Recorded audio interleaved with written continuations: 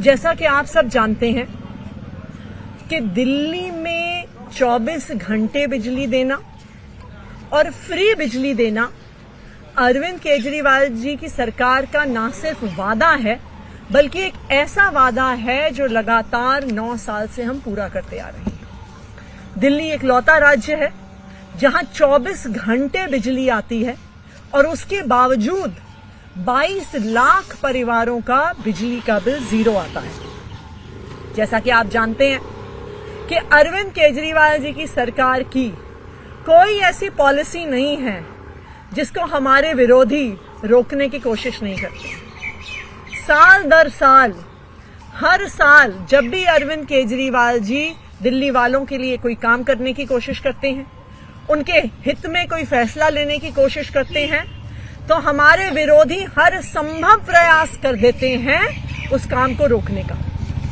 आपको याद होगा कि पिछले साल भी जब बिजली की सब्सिडी आने का समय आया था तो कितनी कोशिश हुई थी हमारे विरोधियों द्वारा उस सब्सिडी को रोकने की।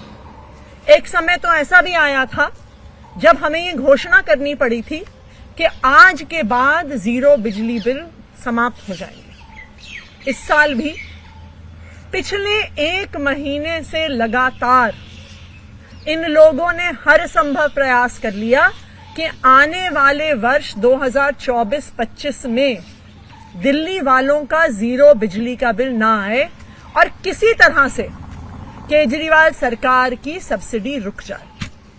इन्होंने अफसरों को बुलाया, अफसरों को धमकाया, पूरी कोशिश कर ली कि दिल्ली वालों के जीरो बिजली के बिल रुक जाए।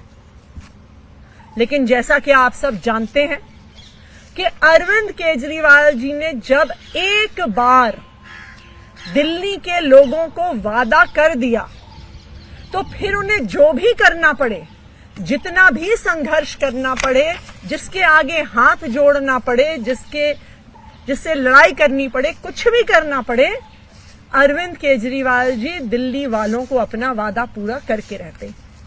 और आज मुझे सभी दिल्ली वालों को ये बताते हुए बहुत खुशी है कि आज की केजरीवाल सरकार की कैबिनेट की बैठक में जो दिल्ली वालों को फ्री बिजली के बिल मिलते हैं, जो उनको सब्सिडी मिलती है, वो 2024-25 में भी जारी रहेगी। उसका फैसला आज कैबिनेट ने लिया है। तो जिस तरह अभी तक 200 यूनिट तक बिजली फ्री, 400 यूनिट तक बिजली के बिल आधे, जो सब्सिडी दिल्ली के किसानों को, दिल्ली के वकीलों को, 1984 के जो दंगा पीड़ित हैं उनको जिस तरह से सब्सिडी पिछले वर्ष 2023-24 में मिलती आई है, उसी तरह से आने वाले साल में भी सब्सिडी मिलती रहेगी। दिल्ली वालों का बिजली का बिल जीरो आता रहेगा और अब ये पॉलिसी 31 मार्च 2025 तक पास कर दी गई है। धन्यवाद। लेकिन आप बता सकते हैं कि क्या अड़चन इसमें आ रही थी? पिछली बार आपने बताया था बकायदा कि लेटर लिखे गए थे और उन्हें रोकने के लिए बकायदा आपके पास भी नोट आया था, तो इस बार भी क्या इस तरह कोई नोट आया? क्या कोई इसकी टाइम? देखिए, अगर आप पिछले साल भर में देखिए तो अब इन लोगों ने एक तरीका अपना लिया है काम को रोकने का। अब ये खुद खुलकर कुछ नहीं करते हैं, ये अब अफसरों को धमकाते हैं, अफसरों को बुलाते हैं, धमकाते हैं, कहते हैं कि अगर तुमने केजरीवाल सरकार के साथ काम किया, केजरीवाल सरकार की काम में मदद करी, इनकी पॉलिसी पास करवाई, लागू करवाई, तो तुम पे विजिलेंस इंक्वायरी कर देंगे, तुम्हें सस्पेंड कर देंगे, तुम्हें जेल में डाल देंगे, तुम पर सीबीआई ईडी के केस करवा देंगे।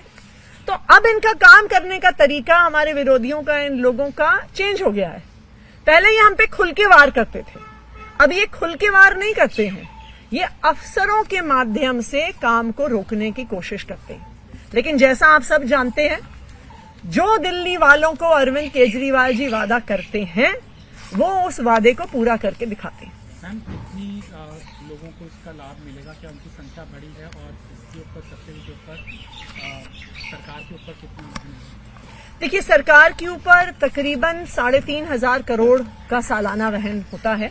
जो एक्चुअल अमाउंट है वो तो कंजम्पशन बेस्ड डिपेंड करता है। अप टू 200 यूनिट्स बिजली बिल्कुल फ्री होती है। 200 से 400 यूनिट में आपको 50% की सब्सिडी मिलती है। जो किसान होते हैं उनको सब्सिडी मिलती है, लॉयर्स चेंबर्स में मिलती है, 1984 के दंगा पीड़ितों को मिलती है। तो जो उनका एक्चुअल कंजम्पशन है उसके आधार पर मिलती है। तो वो डिपेंड करेगा, जो एक्चुअल फिगर होगा कि लोगों का कंजम्पशन कितना होता है। ईडी वाले मामले में भी लगातार कोर्ट में मामला चल रहा है। आतिशी क्या कहेंगी? वो कह रहे हैं कि डिले किया जा रहा है प्रक्रिया को, और ये भी कहा कि आप उनके बदनाम करने के लिए जो एक आरोपी को सीसीटीवी दिया था उसको इस्तेमाल कर रहे हैं, गुमराह कर रहे हैं। हम उनको बदनाम कर रहे हैं कि वो खुद ही अपने आप को बदनाम कर रहे हैं। वो खुद पहले कोर्ट जाते हैं। केजरीवाल जी को बार बार समन भेजने के बाद पहले तो वो अरविंद केजरीवाल जी ने जो सवाल उठाए उनका जवाब नहीं देते। उसके बाद वो खुद कोर्ट जाते हैं कि ये समन्स लीगल है कि नहीं है, कि अरविंद केजरीवाल जी को कोर्ट आना चाहिए कि नहीं आना चाहिए। भाई अगर आप खुद कोर्ट गए हो तो फिर कोर्ट के फैसले का इंतजार करो ना। ये तो ऐसा लगता है कि ईडी ऐसा मानती है कि जी अब तो हम कोर्ट का भी इंतजार नहीं कर सकते, हम तो कोर्ट के भी ऊपर हैं। भाई खुद कोर्ट गए, अब कोर्ट का सम्मान करो, उनके फैसले का इंतजार करो। Thank you.